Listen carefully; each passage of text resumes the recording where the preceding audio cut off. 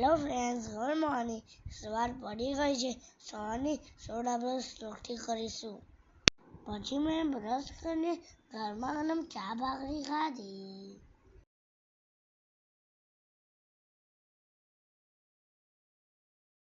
નાઈ ધોઈને મેં મારા સ્કૂલનું ટાઈમ ટેબલ ગોઠવી દીધું.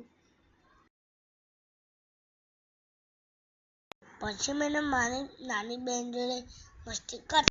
એ મને અત્યારે લખવા દેતી નથી, એટલે હું રાતે વાંચીશ. અત્યારે તેની સાથે રમી લઉં.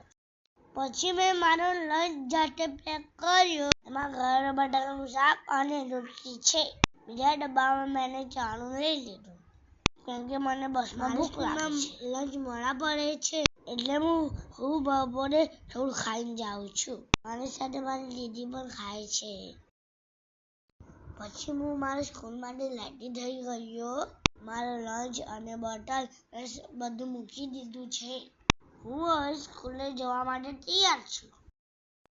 સ્કૂલેથી આવીને હું ફ્રૂટ ખાઈને નીચે રમવા આવી ગયો. મારા ફ્રેન્ડ સાથે મેં બહુ મસ્તી કરી. મારા ઘરે પણ રમ્યો. આજે તો મારા બહુ ફ્રેન્ડ ભેગા થઈ ગયા છે. આજે મારા બધા ફ્રેન્ડ મારા ઘરે આવ્યા હતા. આજે મને બહુ મજા પડી. જેમ જમ્યા પછી દાદા જોડે થોડી વાર વાતો કરી. પછી સભા કરી. સભા કર્યા પછી મેં ક્યુબ રમી લીધું.